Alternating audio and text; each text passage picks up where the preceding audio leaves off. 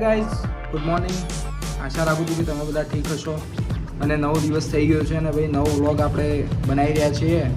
તો ભાઈ આજે થયું છે બુધવાર અને આજે પણ આપણે ઓફિસ જઈશું અને ચા પાણી કરી દીધું છે અને હવે ભાઈ ટિફિન આપણું બની રહ્યું છે.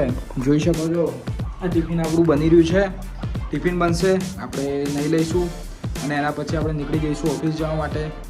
આજે જોઈએ ટિફિનમાં શું બન્યું છે અને આપણને કેટલા ટ્રાફિક સિગ્નલ્સ નડે છે. તો ચલો ભાઈ બન્યા રહો બ્લોગમાં, બતાવીએ આગળ શું શું ચાલે છે અમદાવાદમાં. ચલો आइए देखते हैं मजा आएगा. શું ભાઈ આપણે ઓફિસ માટે તૈયાર થઈ ગયા છે ફૂલ ફોર્મલમાં ને ટિફિન બની ગયું છે.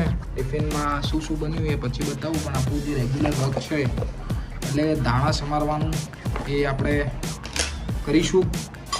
એ થોડી ઘણી મદદ કરવી જોઈએ તો એ આપણે કરી લઈએ. મમ્મી કહેતી હતી કે ભાઈ મારી મદદ તો નથી કરતો, પણ લગ્ન થશે પછી કરવું પડશે ને આપણે કરતા થઈ ગયા. કોઈક વાર મદદ કરવી પડે ભાઈ. બહુ બધા એફર્ટ્સ લાગતા હોય ખાવાનું બનાવવામાં, પણ આપણે એને ઇગ્નોર કરીએ છીએ. પણ ભાઈ અમુક વસ્તુઓ હોય છે જેની વેલ્યુ કરવી જ જોઈએ આપણે. તો ચલો થોડા દાણા સમારી દઈએ અને પછી નાખી દઈએ સબ્જીમાં અને શું બન્યું છે એ પણ તમને બતાવી દઈએ. તો ભાઈ ટિફિન આપણું તૈયાર છે. છોલે ચણાનું શાક બની ગયું છે અને આપણે ભાઈ આ દાણા સમારે જે મિક્સ થશે હવે એને જોઈ શકો છો. આ કાળા દાણા બહાર નીકાળી દીધા છે કેમ કે એ દાણા બીજા દાણાને બી ખરાબ કરે. એમ ભાઈ જીવનમાં પણ ઘણા બધા નેગેટિવ માણસો હોય છે જેમનાથી તમારે દૂર રહેવું, જેના કારણે તમે પણ બહુ નેગેટિવ થઈ શકો છો. તો ભાઈ લોકોને ઇગ્નોર કરો અને આગળ વધો જીવનમાં. તો ભાઈ આ પાપડ પણ તૈયાર છે. ટિફિન ભરીને રેડી છે. શાક રોટલી અને આ સાંજ માટે નાસ્તો ને ભાઈ આ પાપડ એકદમ તૈયાર છે અને આ ટિફિનમાં ભરાઈ જશે. અને આજે આપણે લાવ્યા છે કંઈક એ આ છોકરીને આપી દઈશું. ચલો બાય, મળીએ. તો ભાઈ આપણે નીકળી પડ્યા છીએ ઓફિસ જવા માટે. આપણું હેલ્મેટ તૈયાર થઈ રહ્યું છે, દુખાઈ રહ્યું છે અને આ થઈ ગયું રેડી અને આપણે હવે જઈશું ઓફિસ. ચલો આપણે જઈ રહ્યા છીએ. નીચે આપણું બાઇક પડે છે પહેલા માળે, સોરી નીચે ગ્રાઉન્ડ ફ્લોર પર આપણું બાઇક. चलो. તો ભાઈ મસ્ત વાતાવરણ છે વરસાદવાળું, જોઈ શકો છો. આપણે જઈ રહ્યા છીએ ભાઈ.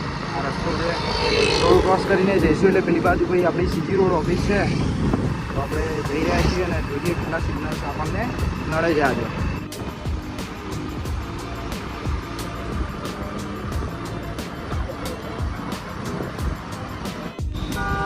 તો પહેલું સિગ્નલ આપણને નડ્યું છે, જોઈ શકો છો. 9:65 સેકન્ડ્સ છે. તો ભાઈ બીજા સિગ્નલથી તો નીકળી ગયા, પણ ભાઈ ત્રીજું સિગ્નલ આપણને ફરીથી નડ્યું છે અને ભાઈ સિગ્નલમાં આપણે વેઇટ કરી રહ્યા છીએ કેમ કે ભાઈ સિગ્નલ તોડવું એટલે ભાઈ મેમો આવે 500,000 એના કરતાં ઊભું રહેવું થોડી વાર. તો ભાઈ આપણે પાર્કિંગમાં પહોંચી ગયા છીએ અને આપણું બાઇક પાર્ક કરી દીધું છે. પેલા કાકા રહ્યા એ ભાઈ અહીંયા જ હોય છે આપણા પાર્કિંગમાં, બધાને બતાવતા હોય છે કે ભાઈ ક્યાં બાઇક પાર્ક કરવું.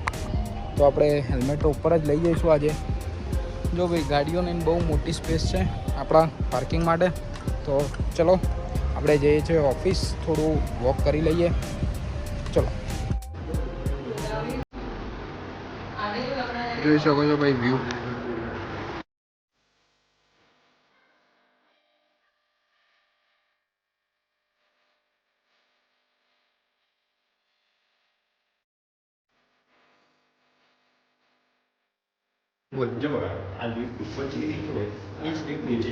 એવું છે?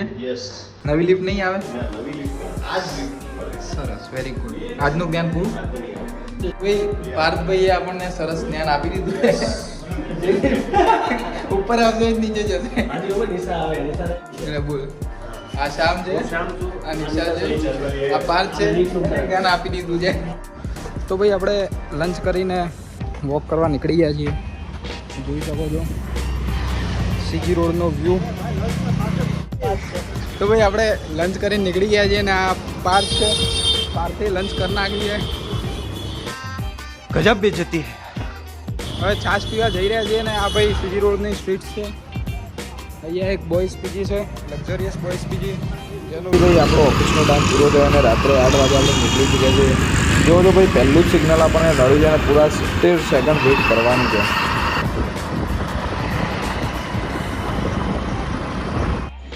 તો ભાઈ ફાઇનલી આપણે બાઇક નીચે પાર્ક કરી દીધું છે અને ઘરે આવી ગયા. અને આજે આપણો એક ક્રેડિટ કાર્ડ મંગાવ્યું હતું આરબીએલનું, એ પણ આવી ગયું છે અને ખાવાનું જે પણ બન્યું હોય આપણે ખાઈ લઈશું. અને વ્લોગમાં મજા આવી કે નહીં એ કોમેન્ટ કરજો અને કયો પાર્ટ તમને સૌથી સારો લાગ્યો એ પણ કોમેન્ટ જરૂર કરજો. ચલો મળીએ નવા વ્લોગમાં.